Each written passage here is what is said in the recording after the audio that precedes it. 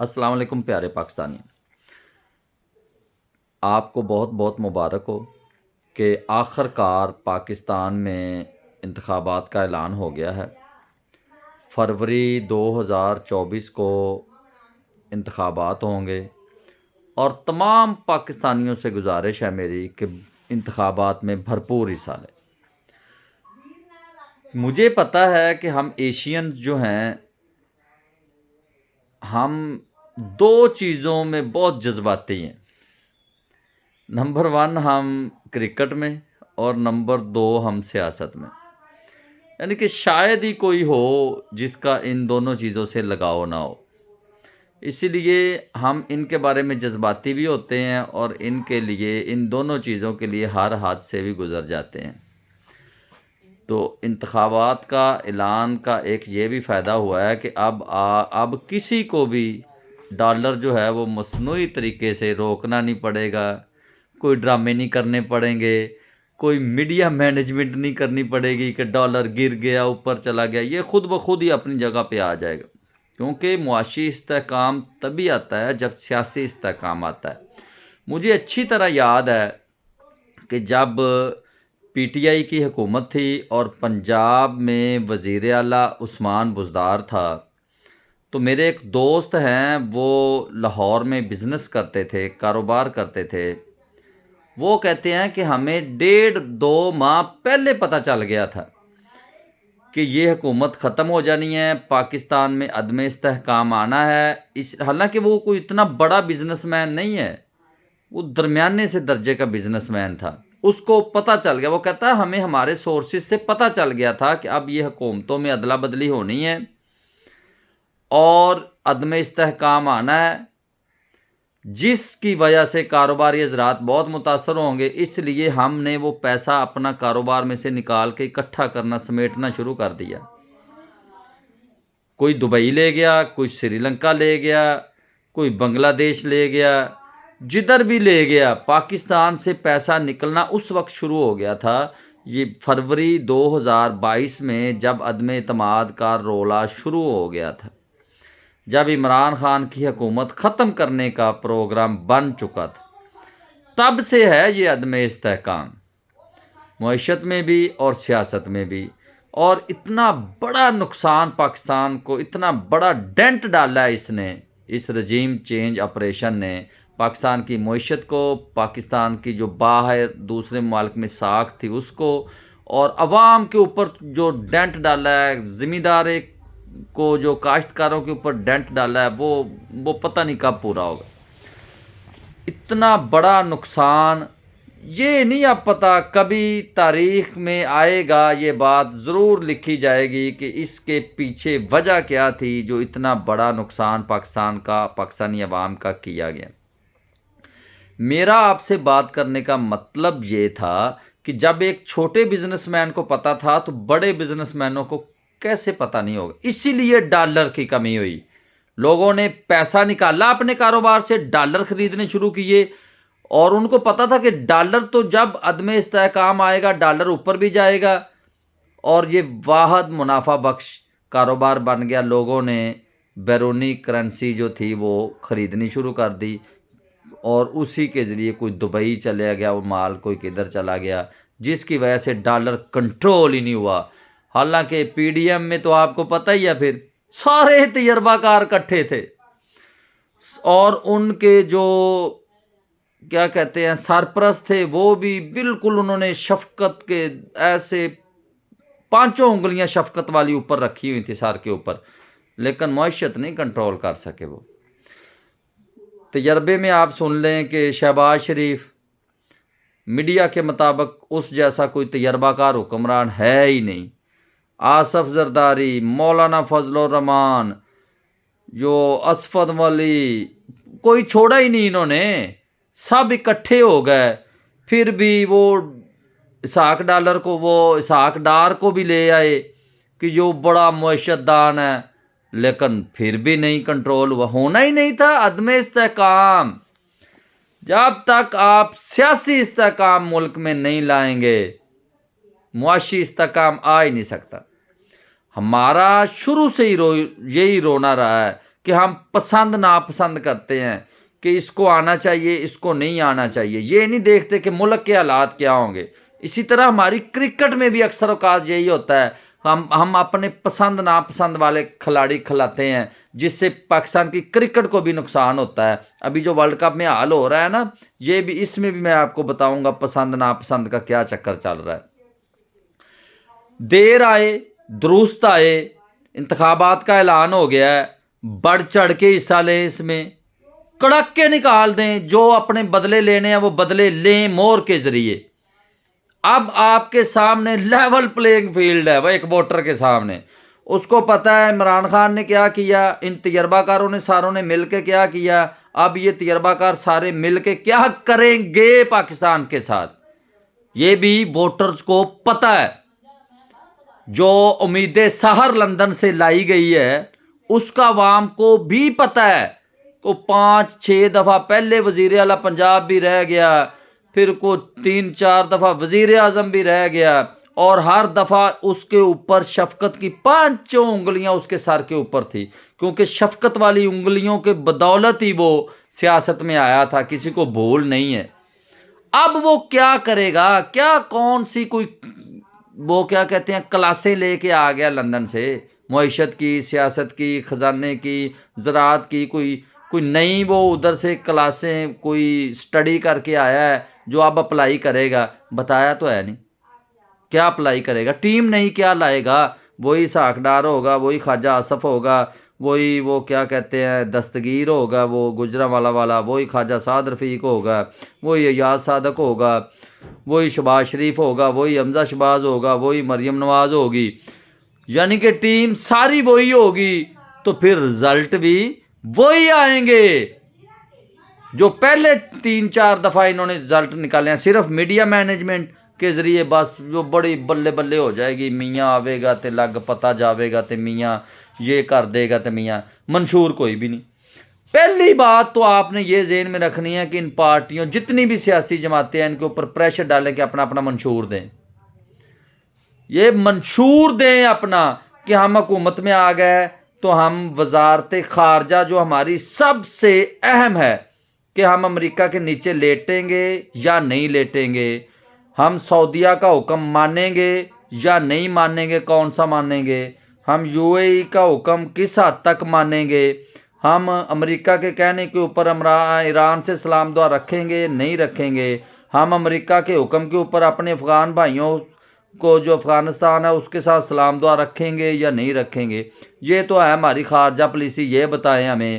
پھر اس کے بعد ہمارا سب سے جو اہم پہلو ہے جس کی بدولت ملک چلتا ہے زراعت کے بارے میں اپنے منشور کے بارے میں بتائیں کہ اسی طرح 5-5 لاکھ کے بل زراعت کو آتے رہیں گے، اسی طرح کاشتکار کو ٹیکے لگتے رہیں گے، اسی طرح کاشتکار کی جو فصلیں ہیں وہ اونے پونے داموں خریدتے رہیں گے، اسی طرح کاشتکار کو کھاد جو ہے وہ سردیوں میں ڈی اے پی بلیک میں ملے گی، گرمیوں میں یوریا بلیک میں ملے گی، اسی طرح کاشتکار کو جو ڈیزل ہے وہ اسی طرح 300 روپے اور ڈبل پتہ ہی نہیں ہر ہفتے کتنا بڑھ جانا ہے۔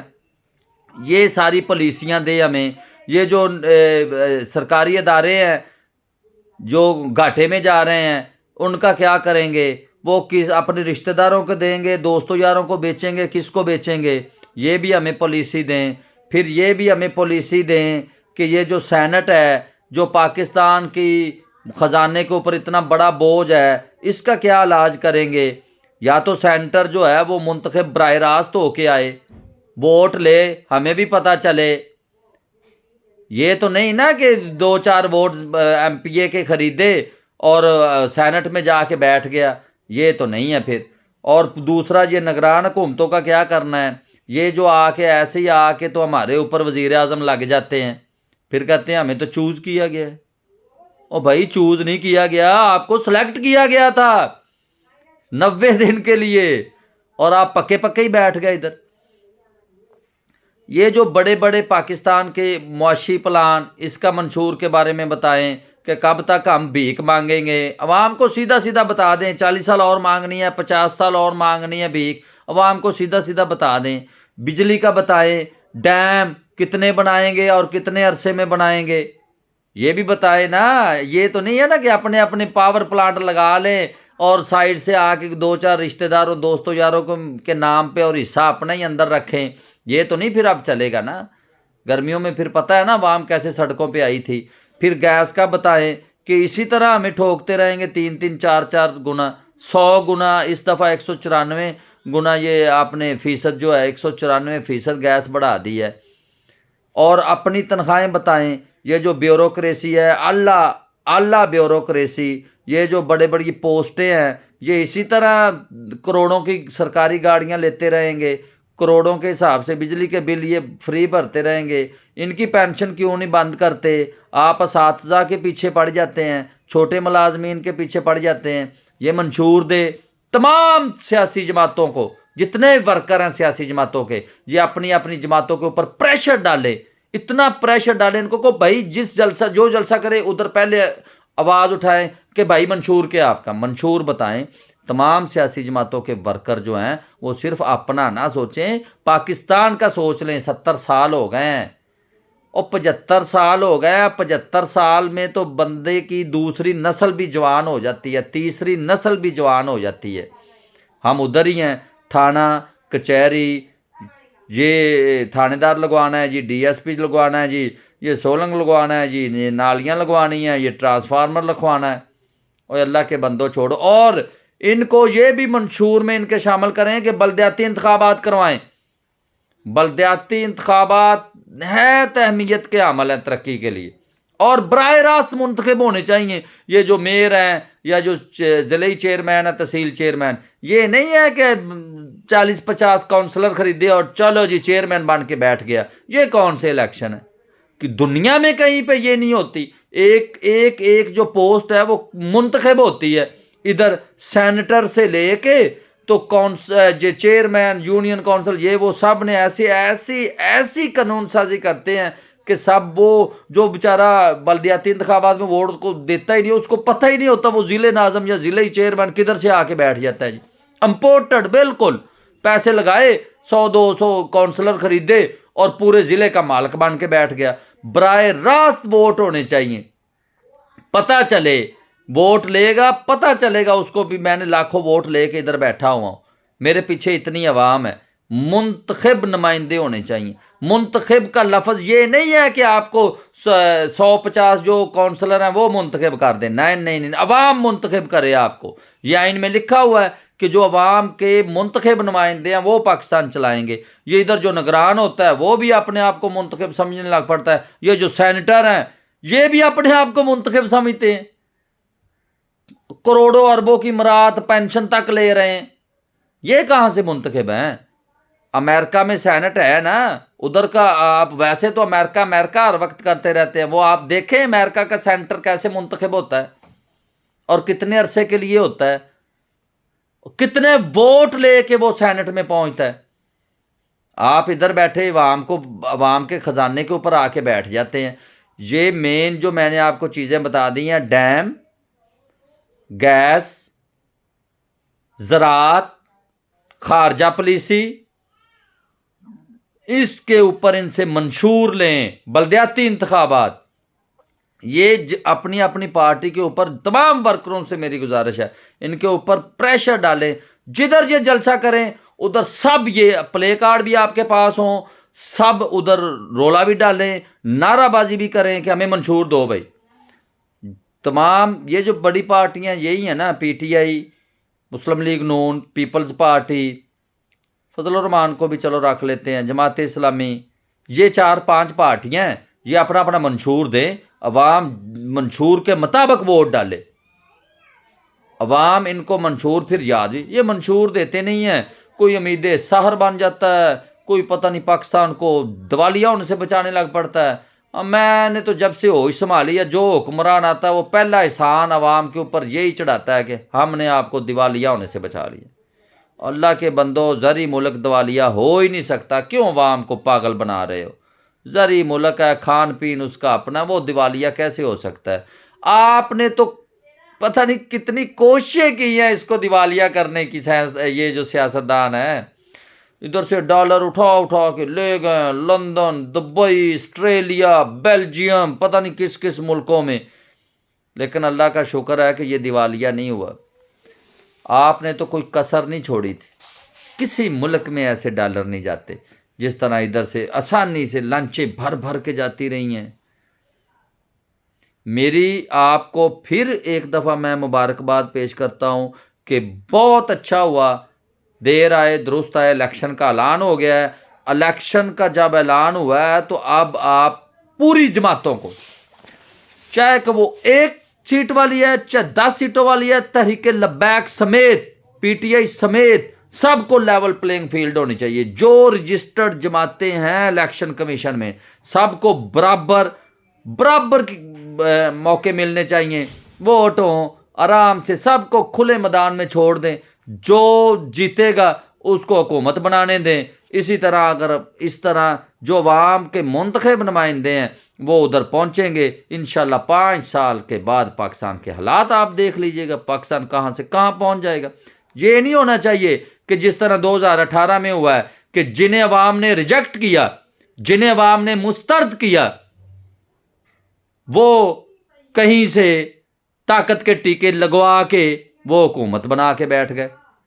آپ کو یار پتہ ہی ہے نا، 2018 کے انتخابات میں عمران خان کو عوام نے ووٹ دیا، سب سے زیادہ سیٹیں اس کی تھی 155.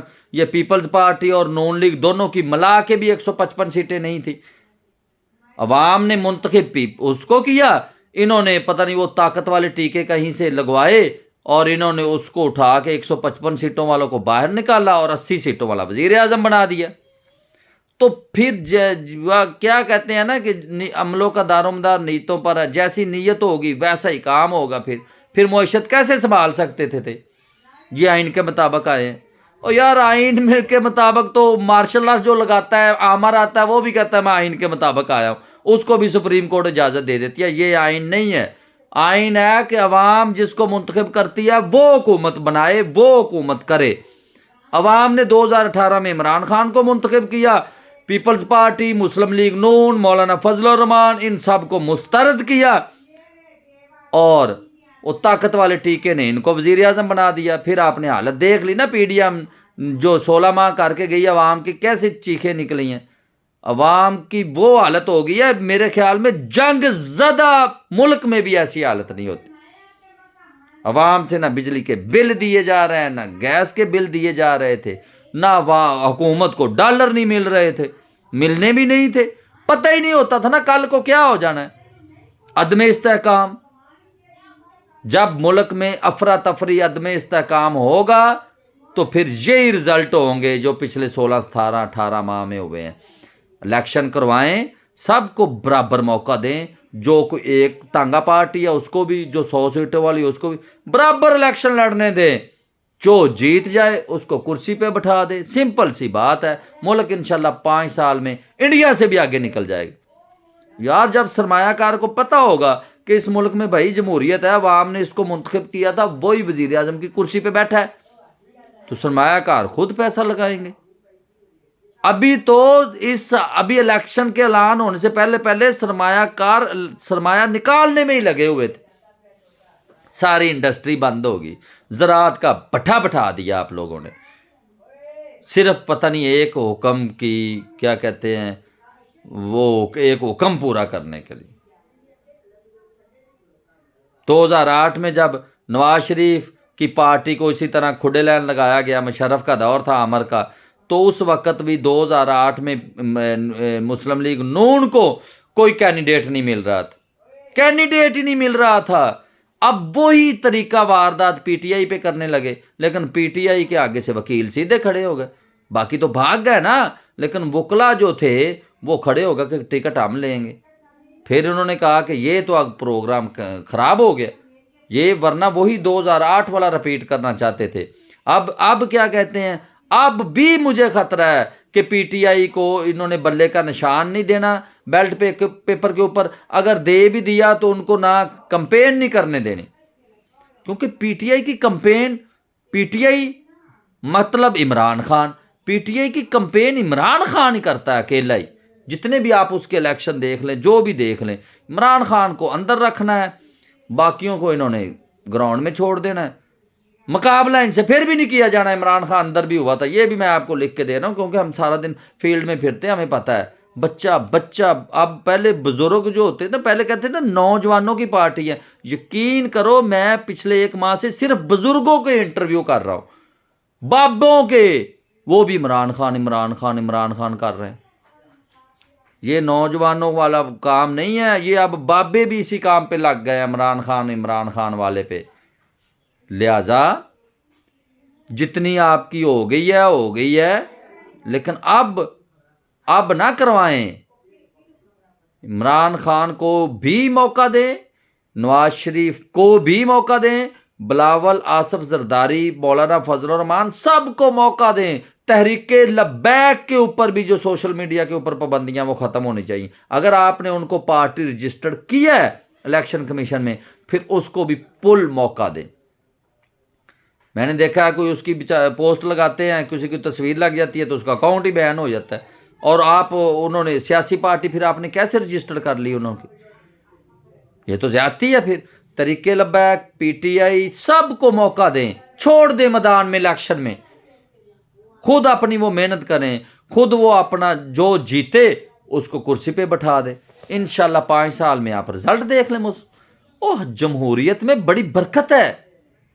جس طرح آمریت یا جو آمر آئے ہیں ہمارے جنرل ایوب، جنرل ضیاء الحق، جنرل یا جنرل مشرف، اس طرح وہ 10 11 سال حکومتیں کرتے رہے. اس طرح اگر کسی بھی جمہوری حکمران نے 10 سال لگاتار کر لیے تو کہاں سے کہاں ملک پہنچ جائے گا. لیکن ان کو تو 2 سال 3 سال نہیں کرنے دیتے. ایک بھی وزیر اعظم ابھی تک 5 سال نہیں پورے کر سکا. اس لیے تو یہ حال ہے ہماری ملک کی. بھائی ان کو پورا کرنے دیں اپنا. اگر ان کو عوام منتخب کرتی ہے تو ان کو آپ الیکشن لڑنے دیں، ان کو آپ وزیر اعظم بننے دیں، ان کو آپ 5 سال پورے کرنے دیں، تو انشاءاللہ آپ رزلٹ دیکھیے گا. آخر میں میری آپ سے گزارش ہے کہ چینل کو سبسکرائب بھی کریں، ویڈیو کو لائک کیا کریں. جو ویڈیو میں کمیاں کوتاہیاں ہوتی ہیں ان کو کامنٹ میں آپ لکھا کریں. آپ بلکہ اپنا ٹاپک بھی دیا کریں کہ اگلی ویڈیو کس ٹاپک پہ بنانی چاہیے ہمیں. پاکستان زندہ باد.